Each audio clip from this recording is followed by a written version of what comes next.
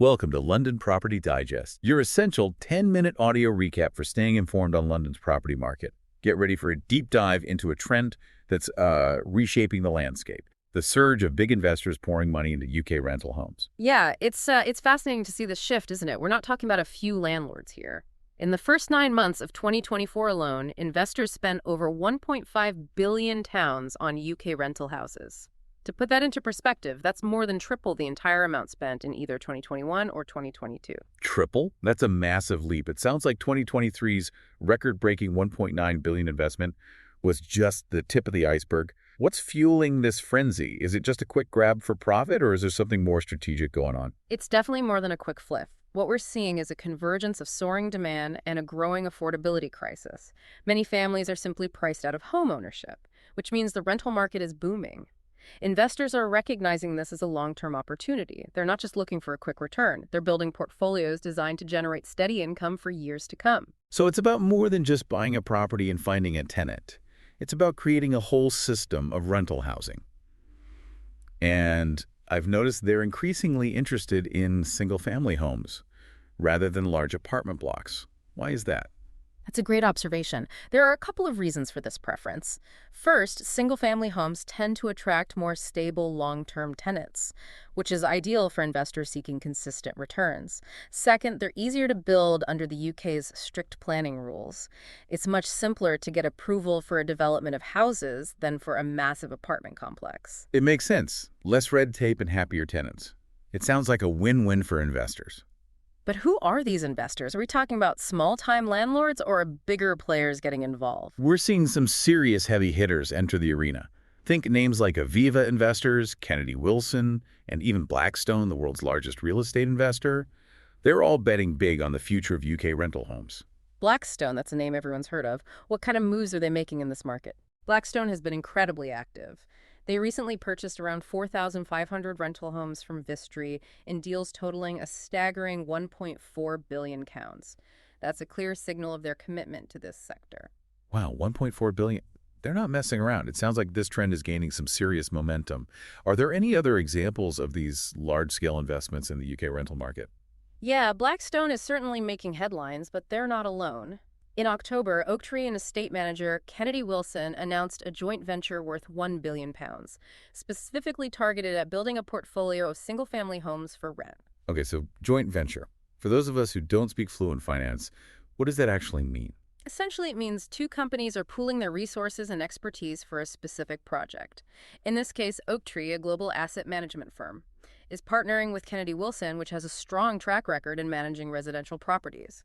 This kind of partnership allows them to leverage each other's strengths and take on larger projects. So it's like a real estate power couple. They're combining their strengths to make a bigger splash in the market. And what about Sigma Capital Group? I've heard they're another major player in this space. Absolutely. Sigma Capital Group was an early adopter of this build-to-rent model, and they've been steadily expanding their portfolio, which now includes over 8,500 homes. This demonstrates a clear shift in the market, with investors moving away from traditional buy-to-let models and embracing a more institutional approach to rental housing. It sounds like the landscape of the rental market is undergoing a pretty dramatic transformation. But is this influx of private capital into the rental market a good thing? I imagine there are some concerns about this trend, right? You're right, it's not without its critics. Some worry that this trend will exacerbate the affordability crisis, leading to higher rents and less security for tenants. After all, these are businesses looking to maximize profits. There's a fear that tenants' needs might take a backseat to the bottom line. That's a valid concern, especially in a market where affordability is already a major issue. The last thing anyone wants is to see rents skyrocket even further. But I'm guessing the investors have a different perspective on this.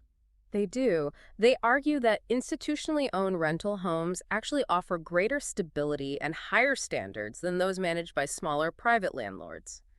With their larger resources, they can invest in better maintenance technology and tenant services. This could potentially translate into a more professional and reliable experience for renters. So instead of dealing with a landlord who might be slow to fix a leaky faucet, you'd have a dedicated management company handling everything. That does sound appealing, especially if they're committed to maintaining high standards. Exactly. And because these investors are looking for long-term returns, they have a vested interest in keeping their properties in good condition and their tenants happy. They're not just looking to make a quick buck, they're building a long-term business. Okay, so it's not just about squeezing every last penny out of tenants. They're thinking about building a sustainable business model based on quality and tenant satisfaction. But let's go back to the affordability issue for a moment. How can we ensure that this influx of investment doesn't just push rents even higher and leave average Londoners struggling to keep a roof over their heads? That's a crucial question. And it brings us to the role of policymakers. They have a critical responsibility to ensure a fair and balanced rental market. So it's not just about letting the free market run its course. There needs to be some intervention to protect tenants and ensure affordability. What kind of policies could be implemented to achieve that balance? One option is rent control, which would limit how much landlords can increase rents. This could help prevent excessive rent hikes and provide greater stability for tenants. However, there are also concerns that rent control could discourage investment in the rental market, leading to a shortage of available properties. It's a tricky balance to strike. You want to protect tenants, but you also don't want to stifle investment and make the problem worse. Are there any other policy options that might be more effective in addressing the affordability issue? Another approach is to increase the supply of affordable housing. This could involve building new social housing, offering incentives for developers to include affordable units in their projects, or exploring innovative housing models like co-living or community land trusts. So instead of just focusing on regulating rents, we could try to address the root of the problem. By increasing the number of affordable housing options available, that seems like a more sustainable long-term solution. It does, but it requires a significant investment from the government and a commitment to prioritizing affordable housing and planning decisions. There also needs to be a focus on protecting tenants' rights and ensuring that they have access to legal aid and support if they face issues with their landlords. So it's not just about building more homes. It's about building a system where tenants are protected and have a voice.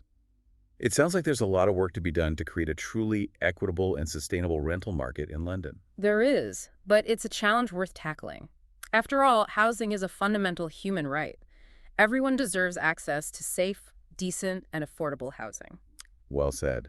It sounds like we're at a crossroads in the UK housing market. These large-scale investments could bring about positive changes. But it's crucial that we address the potential downsides and ensure that renters aren't left behind. Absolutely. The decisions made in the coming years will have a profound impact on the future of housing for millions of people. It's certainly a topic that deserves our continued attention. And it's a good reminder that the housing market isn't just about numbers and investments. It's about people's lives, their sense of security, and their ability to thrive in a city as dynamic as London. It feels like we're on the brink of a new era in the London rental market. But as with any major shift, there are both opportunities and potential pitfalls. How do we ensure that this trend benefits everyone, not just the big investors? I think transparency is key. We need more data on rent levels, property conditions, and the practices of these institutional landlords. Access to this information would empower both policymakers and tenants. Policymakers could make more informed decisions, and tenants could hold landlords accountable for maintaining standards and fair practices. That makes sense. Sunlight is often the best disinfectant, as they say. But information alone isn't enough. What about protecting the rights of tenants? How do we make sure they're not left vulnerable in this evolving landscape? Yeah, strong tenant protections are absolutely crucial. We need clearer guidelines for evictions, robust rent control mechanisms to prevent excessive hikes, and accessible dispute resolution processes. Essentially a safety net that ensures renters aren't exploited.